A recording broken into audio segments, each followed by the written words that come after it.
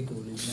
Allez, on est de retour maintenant. On va parler du Tchad et du Nigeria avec Boko Haram qui continue de mener vie dure à ces deux pays. 7 militaires tchadiens ont été tués, 15 autres blessés dans la nuit de dimanche à lundi, dimanche 14 à lundi 15 avril dans la région du lac Tchad lors d'une attaque de djihadistes nigérians de Boko Haram qui ont perdu 63 combattants.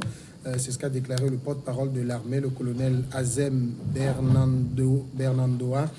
Les terroristes ont attaqué nos forces à minuit dans la localité de Bouama, aux environs de Kaigakinditia, dans la zone du lac Tchad, a précisé le porte-parole. Il a ajouté que 63 terroristes ont été tués et que le ratissage se poursuit.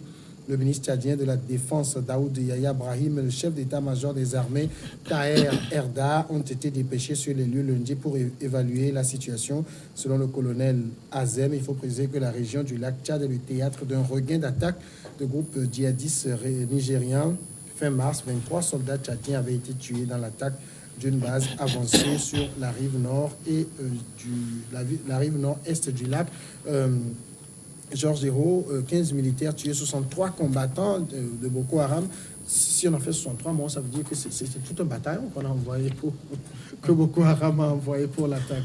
En fait, moi, je ne comprends pas ce système de Boko Haram parce que on se pose la question, les gens, ils ont trouvé les armes où et jusqu'à présent, entre trois grands pays, le Nigeria, le Tchad, le Niger et ajouté au Cameroun, on n'arrive pas à maîtriser des terroristes, des djihadistes. Ça laisse à poser beaucoup de questions. Et les 63 que l'armée a déclaré tués, vous savez, c'est des combattants qui ne sont pas comme les autres combattants. Et qui sont comme qui se ressemblent aux civils et qui rentrent dans les villages et sont pas distingués, facilement distingués. Et là, ça cause énormément de problèmes à l'armée. 63, moi, je ne trouve pas ça beaucoup. D'autant plus que... tu veux qu'on tue plus que ça, quoi? Moi, je ne trouve pas ça beaucoup. Ah bon? D'autant plus que ce phénomène est en train de durer. C'est trop.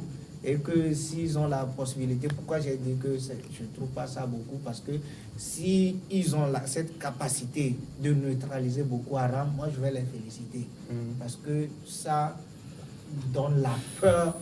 Quand on te dit aujourd'hui que d'aller au nord du Nigeria, ça te fait peur. Les églises, les mosquées sont saccagées, on ne sait pas comment, et bien ça fait peur. C'est la terreur. Et on ne peut pas vivre comme ça dans la terreur. Et donc, notre souhait, mon souhait personnel, est qu'on puisse, si on peut éradiquer ce phénomène-là, qu'on l'anéantisse tous. Et puis, on sait que l'armée a fait un bon travail. Alors là, Marc Abouflan, on parle de 63 combattants djihadistes de Boko Haram tués. Est-ce qu'on doit se dire que Boko Haram a déplacé, enfin, est en train de déplacer sa base du Nigeria vers le Tchad, ou bien c'est juste des incursions de Boko Haram en territoire tchadien? Non, vous savez, est-ce que on dirait que Boko Haram est en train de se déplacer? Non, mais on dirait plutôt que Boko Haram est en train de s'étendre.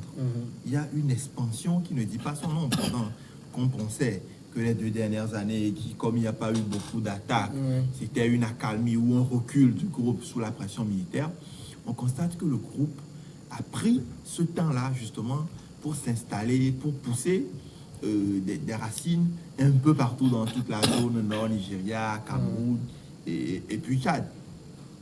Vous savez, le véritable problème de Boko Haram, en tout cas dans la guerre contre Boko Haram, c'est que c'est une guerre asymétrique et on s'y prend très mal.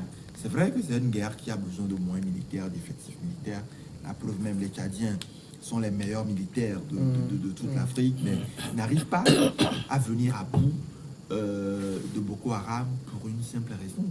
Vous savez, des groupes djihadistes comme Boko Haram, leur terreau fertile, c'est la misère, c'est la pauvreté qui sévit dans ces zones où ils recrutent, dans les bases où les jeunes qui prennent, vous savez, ces 63 jeunes, ce qui les amène à s'intéresser, à prendre fait et cause pour ces groupements, c'est la pauvreté, c'est leur paupérisation à l'extrême, doublée au sentiment de frustration, parce que leurs terres ont des richesses, le nord du Nigeria, on connaît tous tout ce que ça regorge comme richesse naturelle, parce que leurs terres, justement, ont ces richesses-là, mais ils ont l'impression que l'autorité politique exploite cela et que ça ne leur profite pas.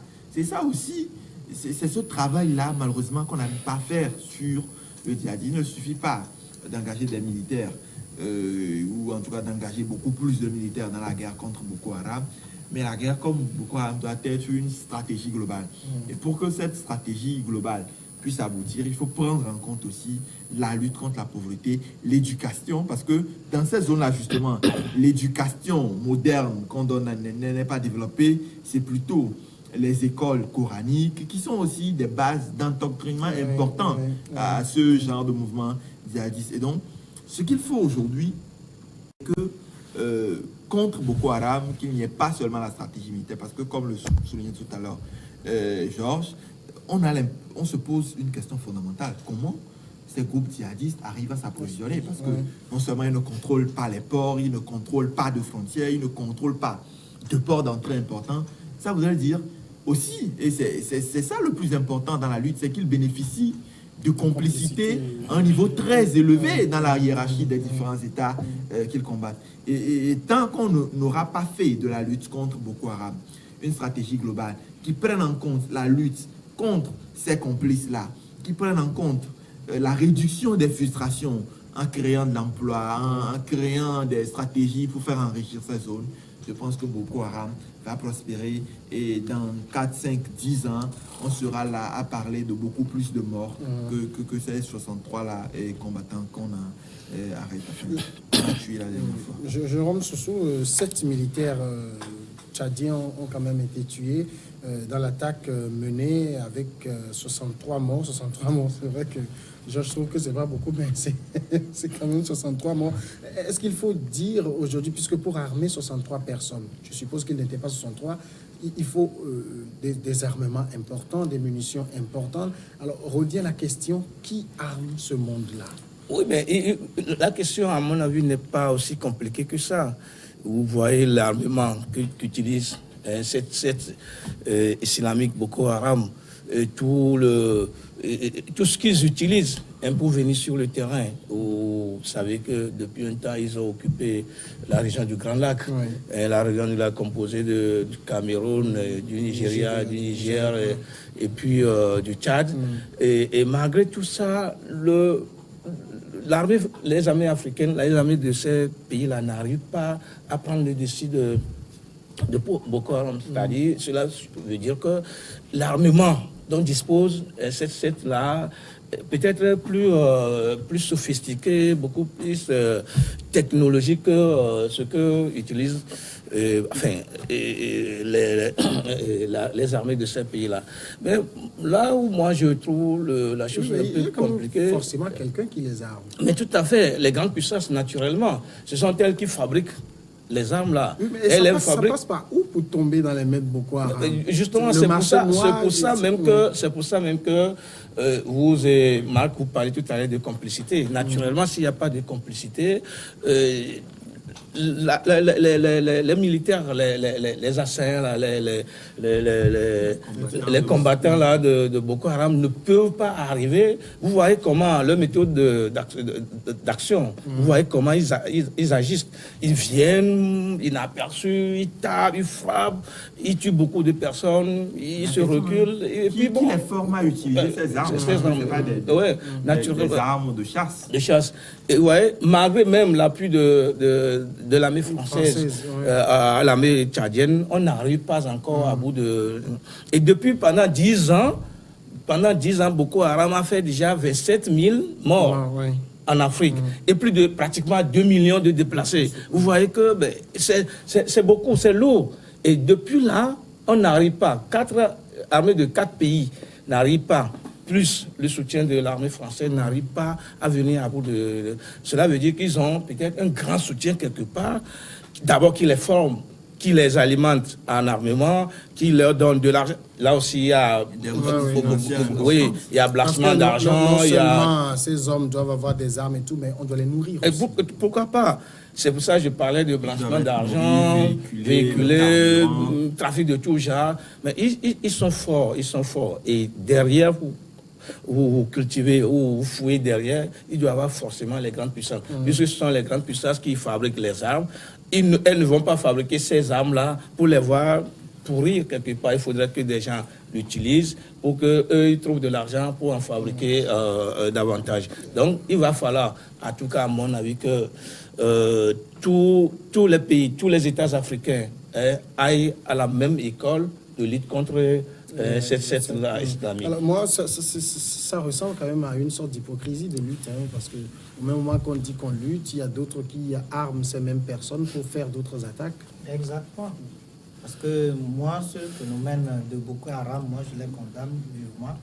Et je me suis dit, comme vous avez posé la question, je me suis dit qu'aujourd'hui, si on me dit que plus de 200 filles, sont déplacées, c'est quand même pas 3 filles, 4 filles, 5 filles. Et les cas d'entraînement, comment est-ce que, comme toutes les questions que nous nous sommes posées ici sur ce plateau, pour voir dans quelle mesure ces groupes armés s'octroient des munitions, de l'armement aussi très important. Et là, je vois que ça devient un mythe. Quelque chose qui a été cultivé, nourri, pour déstabiliser les pays, pour qu'en sorte que ces pays reviennent demander de l'aide, la formation militaire, que ces pays demandent à nouveau d'autres armes pour pouvoir les contraindre. Là, on profite pour vendre. Et là, c'est quand même l'Afrique qui a de sérieux problèmes comme ça. D'autant plus que, vous savez, le Niger, je suivais une émission de l'ambassadeur du Nigeria en France, et sur le plateau de France 24 un jour, et avec le journaliste qui est en face qui lui disait, mais avant vous avez refusé les interventions de la France en Afrique et maintenant vous demandez à ce que la France vienne vous former et tout. Et moi je trouve ça très hypocrite en répondant à la question. C'est de l'hypocrisie. C'est qu'aujourd'hui, le Nigeria, qui est quand même dans notre sous-région un leader dans la sous-région, qui a effectivement lutté pour que quand même ce qui est d'ordre des interventions militaires en Afrique soit pris en compte par soit l'Afrique même ou bien la sous-région, mais qui est en train de se voir déstabilisé comme ça. Et c'est un mythe. C'est des choses qui sont fabriquées. Difficile à comprendre. Et c'est difficile à comprendre. Oui, Marc. À mon avis, le cas Boko Haram n'est pas difficile à comprendre du tout. Vous savez, la zone des Grands Lacs est l'une des zones africaines les plus riches, à part la zone du lac Congo. Et toute cette richesse-là, il faut créer justement une instabilité politique dans cette zone, la mettre hors de contrôle du gouvernement pour permettre aux pilleurs de tout genre, à toutes ces sociétés qui opèrent dans l'illégalité, de voir puiser, parce que c'est dans la zone qu'il y a à chaque fois des fuites de gazoducs, de léoducs, de pétrole qui alimentent les réseaux de vente d'essence folatée un peu partout au Bénin et voire au Togo. C'est dans la zone qu'il y a du trafic d'or, des trafics de tout genre.